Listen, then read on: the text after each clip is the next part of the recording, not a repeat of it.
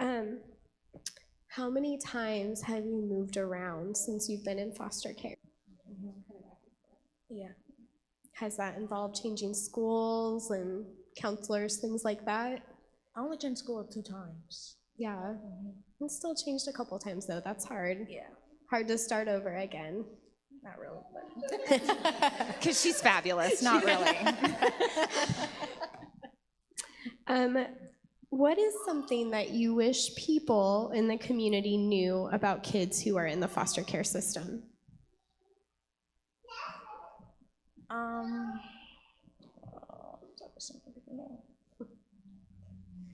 That all kids aren't rich because they think I'm rich. Yeah, it's kind of sad. Yeah. Oh, and they make fun of me for being in foster care, but it's okay. It's not okay.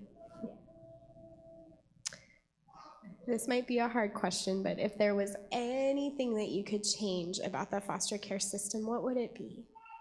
To be out of foster care. To be with my siblings and my mom again, because I missed them a lot. Is there anything else you'd like to share with us? No. Nope. Thank you, Shalia, for coming. I really appreciate your courage. I think she deserves a round of applause.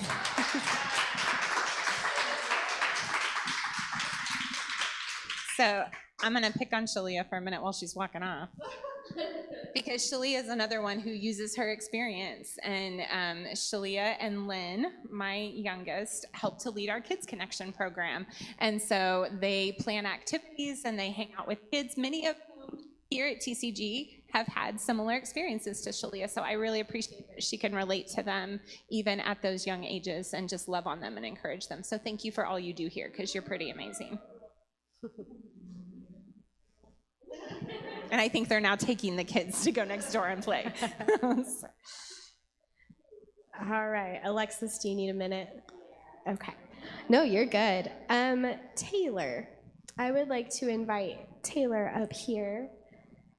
Taylor is also a really good friend of mine, and and Taylor is a fierce advocate for families in the foster care system, and she's done that in a lot of ways, including working at Children's Division as an investigator and a caseworker, and now as a Family Connection volunteer. So we felt like her perspective was incredibly valuable for a lot of reasons, because I think people who work at Children's Division sometimes are also part of, they get really bad stigmas and have a really hard job. But I also think it's important to hear the heart of someone who has wept over probably dozens of families and kids, and who continues to work fiercely in this world, even though you don't work in that career field anymore. So share a little bit of your heart with us, and it's okay.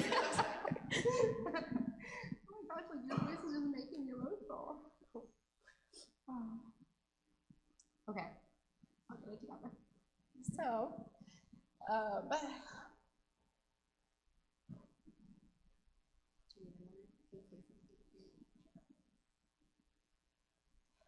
okay.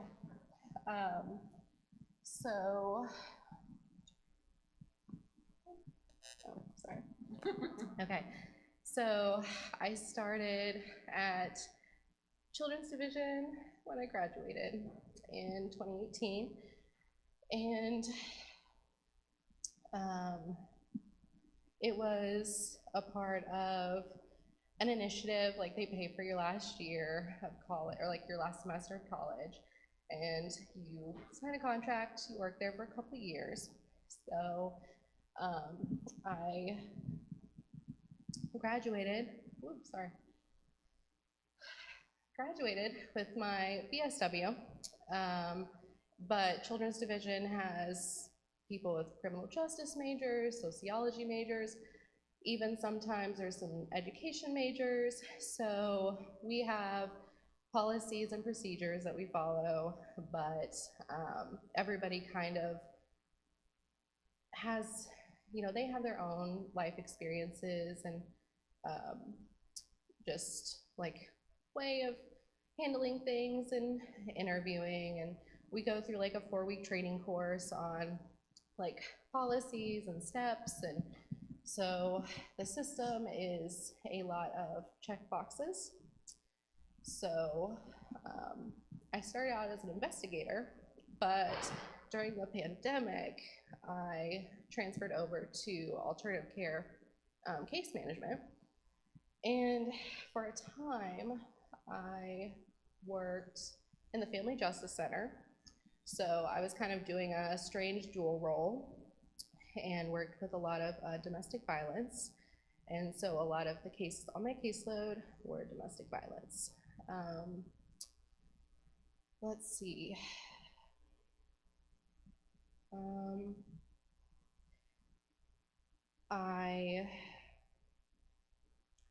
don't know. You guys have questions? Or? So I do. I have a question. I have several, but I have one thing that I think is really important to frame with this. Caseworkers get a really bad rap in a lot of respects when it comes to the foster care system. And I think it's really important that we acknowledge a couple of things. One of which is most people who have spent time as a caseworker walk away with some form of PTSD. And the things that I know you have wrestled with and seen, I just want to acknowledge that and hold space for that, because I think oftentimes we often focus on the trauma and the PTSD of our kids and our parents, and those are all huge. But I also want to recognize that there's a trauma element in the system itself for people who constantly, day after day, are seeing situations in which if only there were more resources, or if only people could have more time, or if only, I just want to acknowledge in this context and hold space for that. And thank you on behalf of all of those who do a really hard job in our community, because I know it's not easy. And so maybe you could talk a little bit about what that's been like to try to heal from some of that a little bit in your time away from Children's Division. Yeah. So, like, during that time, I had a lot of, like, I was diagnosed with anxiety, and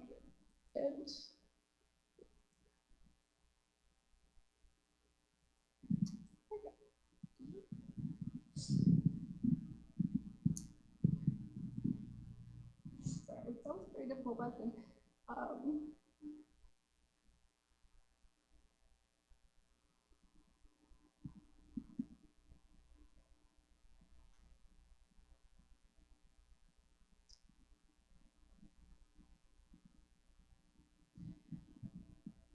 So after I left last year, I took some time and then started volunteering at the Family Connection Center, because it was just really important to me, because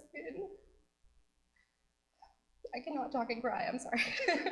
Okay. So during like my time as a foster care case manager, that was really important to me, but I could not find the time to give the families that I was working with what they deserve. And it was it was high caseload, which, like, I had half the caseload, even a quarter of the caseload of what everybody else had, because I worked with the Family Justice Center. So I was like, when people would come in, I was doing consults too for people that weren't involved in the system, but they were involved in domestic violence. They had questions about custody and Children's Division involvement if they had an open case.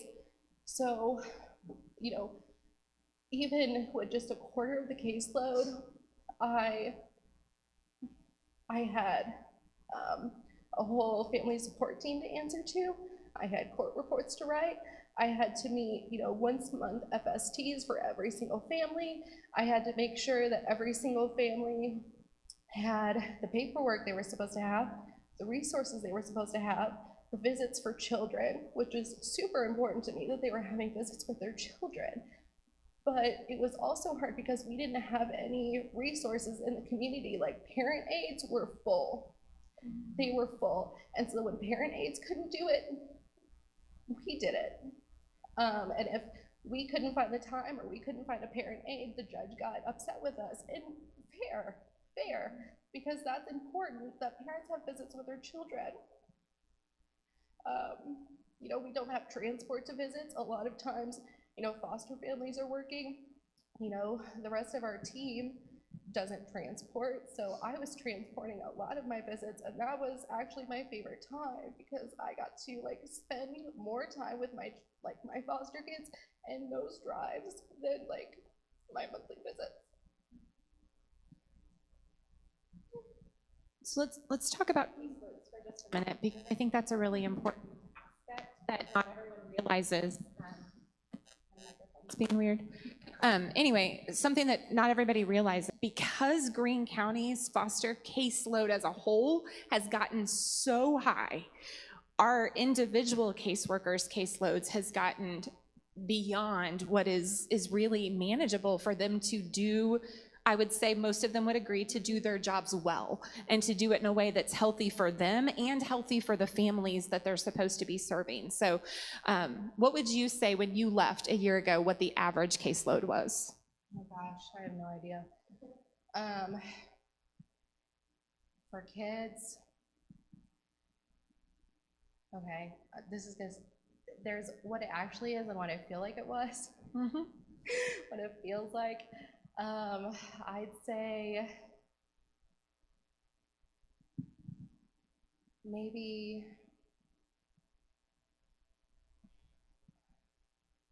because I think we were supposed to have, like, I think what's manageable is supposed to be 10 kids. Like that's kids, that's siblings, like for foster care caseworkers. And then I think we were going on like 20 to 30, depending on the sibling group. And you know, you have a sibling group and then that raises, you know, the numbers much higher for you, and then the next person's on for the next. But investigators, I mean, investigators have so many cases, they're so understaffed. And then like, it's like we're all fighting for allotment of staff from the state on like how many can AC have, or alternative care, how many can investigations have. And so investigations, you know, it got to a point where they had to beg for, can we have one day in the office to get caught up? We'll take cases every single day. We'll take, you know, at least minimum 3 cases a day, every day, if we can just have one day in the office, because you get penalized for that because you have 45 days to close a case, and then so you don't have time to sit down and close those cases, even if you go out and there is no child abuse or neglect, or it's here's some resources, please fix this, and they do, and then you're done, and there's just no time to sit down and like type that and get it done. And that's a disservice to those families who call and say, hey, it's been 45 days, my case isn't closed, and it's just like, it's closed technically in our hearts. But I spent some time looking back over a lot of the emails and the text messages I send, because in the job I do, my role, I get to work a lot with caseworkers. Families are referred to us from Children's Division, and so we become a part of that family support team, and so I work very closely with caseworkers. The top things that like were said the most commonly from our caseworkers were, I'm sorry I couldn't get